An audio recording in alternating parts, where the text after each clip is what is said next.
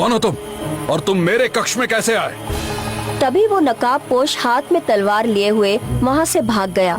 राजा उग्रसेन अपने कक्ष से दौड़ता हुआ बाहर जाकर इधर उधर देखने लगा, मगर उसे कोई नहीं दिखाई दिया। लगता है वो नकाबपोश मेरी हत्या करने के इरादे से मेरे कक्ष में आया था।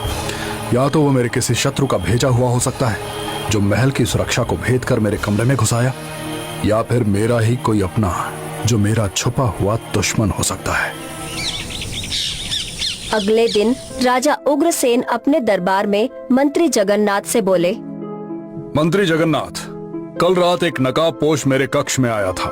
उसके हाथ में तलवार थी। जैसे ही मेरी आंख खुली, अचानक वो कक्ष से बाहर भाग गया। मुझे लगता है वो मेरी हत्या करने के इरादे से मेरे कक्ष में घुसा था। ये सुनकर मंत्री जगन्नाथ बुरी तरह से चौंकता हुआ बोला, महाराज, महल की सुरक्षा तो इतनी मजबूत है कि कोई भी बाहर का सुरक्षा घेरा तोड़कर महल के अंदर प्रवेश नहीं कर सकता। आपके परिवार का ही कोई सदस्य हो सकता है। तुम सही कहते हो मंत्री, मेरे मन में भी यही विचार आया था। महाराज, कल मैं आपके सबसे छोटे पुत्र राजकुमार केशव को आपके कक्ष के आसपास टहलते हुए देखा था। ये सुनकर राजा उग्रसेन के चेहरे पर क्रोध झलकने लगा। वो तुरंत अपनी पत्नी रानी चंद्रिका के कक्ष में चला गया। क्या हुआ? आपके चेहरे पर ये क्रोध कैसा? राजा उग्रसेन अपनी पत्नी को सारी घटना बताते हुए बोला, मंत्री ने बताया कि केशव कल रात मेरे कक्ष के आसपास टहल रहा था। तो आप कहना क्या चाहते हैं कि जिस नकाबपोश को आपने देखा वो आपका पुत्र राजकुमार केशव है?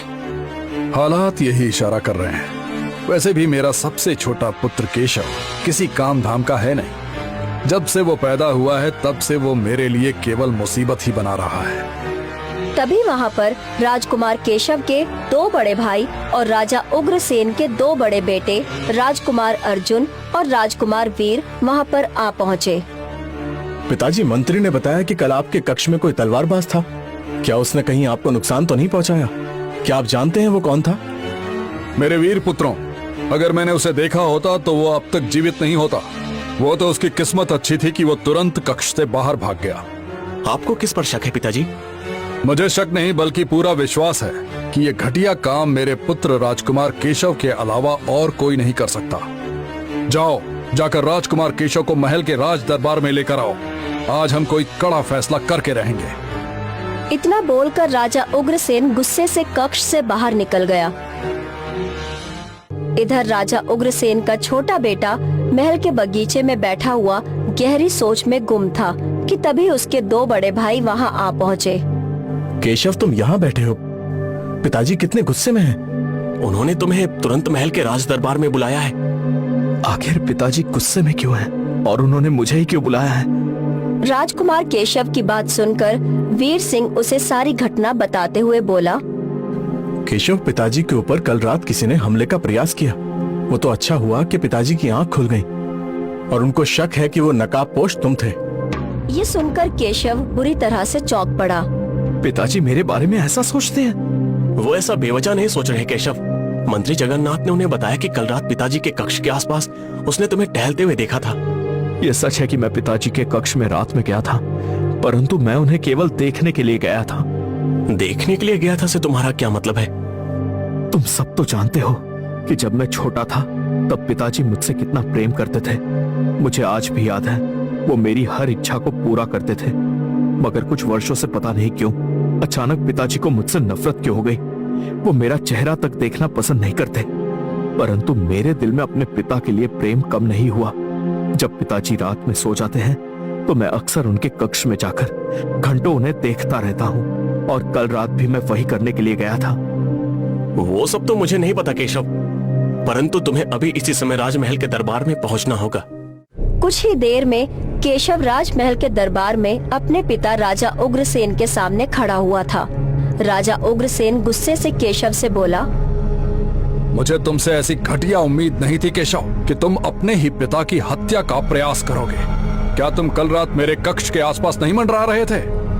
पिताजी, ये सच है कि मैं आपके कक्ष में कल रात गया था, परंतु मैं कल रात ही नहीं बल्कि हर रात आपके कक्ष में जाता हूँ, क्योंकि मैं आपको देखे बगैर सो नहीं सकता। बकवास बंद करो केशव। सच तो यह है कि तुम मेरे पुत्र के नाम पर कलंक हो। केशव, मैं तुम्हें अभी और इसी वक्त अपने राज्य से, अपने वंश से बेदखल करता हूँ। आज से तुम आम प्रजा की तरह अपना जीवन व्यतीत करोगे। जाओ, इसी वक्त यहाँ से निकल जाओ। अपने पिता की बात सुनकर केशव की आंखों में आंसू आ गए और वो धीरे धीरे कदमों से राजमहल से बाहर निकल गया और राजमहल से बहुत दूर जाकर एक पेड़ के छाया में बैठकर रोते हुए अपने आप से बोला, ये तो बिल्कुल सही न्याय नहीं हुआ पिताजी। हर बार की तरह इस बार भी आपने मेरी बात पर विश्वास नहीं किया, परंतु मुझे इस बात का बिल्कुल भी अफसोस नहीं कि आपने मुझे राजमहल से बेदखल कर दिया। अफसोस तो मुझे इस बात का है कि आपने मुझे अपने वंश से ही बेदखल कर दिया, लेकिन मैं फिर भी आपके आदेश का पालन करूंगा। मैं आज से अपना जीवन आम इंसानों की तरह व्यतीत करूंगा। कुछ देर बाद केशव को भूख लगने लगी। मुझे तो बहुत तेजी से भूख लग रही है। अब मैं कोई राजकुमार तो नहीं हूँ। रोटी खाने के लिए मुझे अब मेहनत करनी पड़ेगी। राजकुमार केशव आम इंसानों के कपड़े पहनकर एक खेत में चला गया और खेत के मालिक से बोला, मैं दूसरे राज्य से आया हूँ, मुझे काम की तलाश है। खेत का मालिक केशव को बहुत गौर से देखते हुए बोला, तुम्हारी शक्ल तो महाराज के सबसे छोटे पुत्र से बहुत अधिक मिल रही है। तभी खेत के मालिक के बगल में खड़ा हुआ दूसरा व्यक्ति हंसते हुए बोला, क्या बात कर रहे हो? वो तो राजकुमार केशव हैं। वो भला तुम्हारे खेत में काम करने के लिए आएंगे? मूर्ख हो गए हो क्या? सही कह रहे हो तुम, मेरी ही बुद्धि मारी गई है। इतना बोलकर वो केशव से बोला, जाओ जाकर खेत में मिट्टी खोदने का काम करो। राजकुमार केशव पूरी मेहनत से सुबह से शाम तक खेत में मिट्टी खोदता रहा। शाम को खेत के मालिक ने कुछ मुद्राएं देकर केशव को विदा कर दिया। मुद्राएं देखकर केशव अपने आप से बोला, ये तो केवल इतनी ही मुद्राएं हैं जिससे मैं केवल 2 रोटी खरीद सकता हूँ। अब मुझे पता लगा कि आम प्रजा कितनी मेहनत करके अपने लिए एक वक्त का भोजन जुटा पाती है।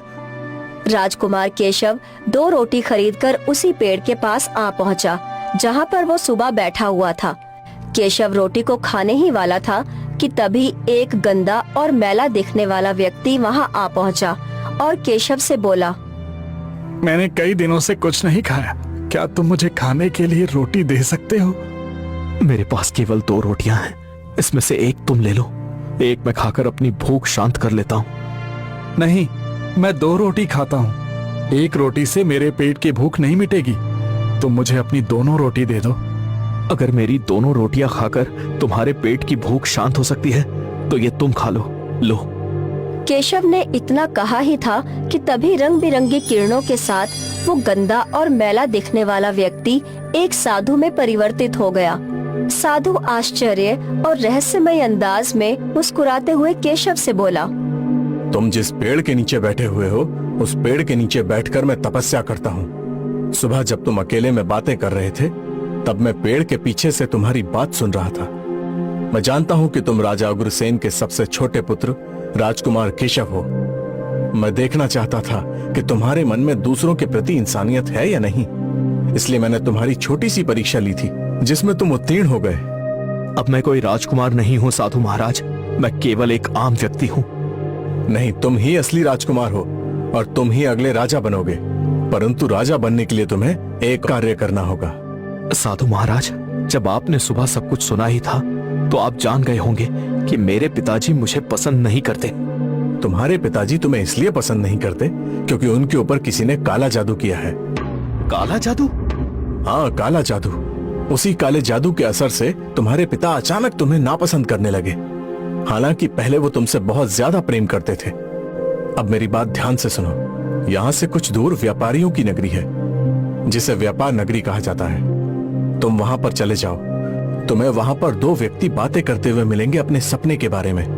पहला व्यक्ति अपने सपने के बारे में जो कुछ भी बताएगा उसका सपना सत्य होगा। तुम उसके सपने में बताए हुए स्थान पर चले जाना। साधु के कहने के मुताबिक केशव व्यापार नगरी की ओर चल दिया। केशव रात भर घनी झाड़ियों को पार करता हुआ सुबह तक व्यापार नगरी के पास पहुंच गया। केशव थककर चूर हो चुका था। उसने देखा कि व्यापार नगरी की सीमा पर 2 व्यक्ति सो रहे थे। केशव उनके सामने स्थित पेड़ के नीचे बैठकर आराम करने के लिए लेटा ही था कि तभी वो दो व्यक्ति उठ गए और एक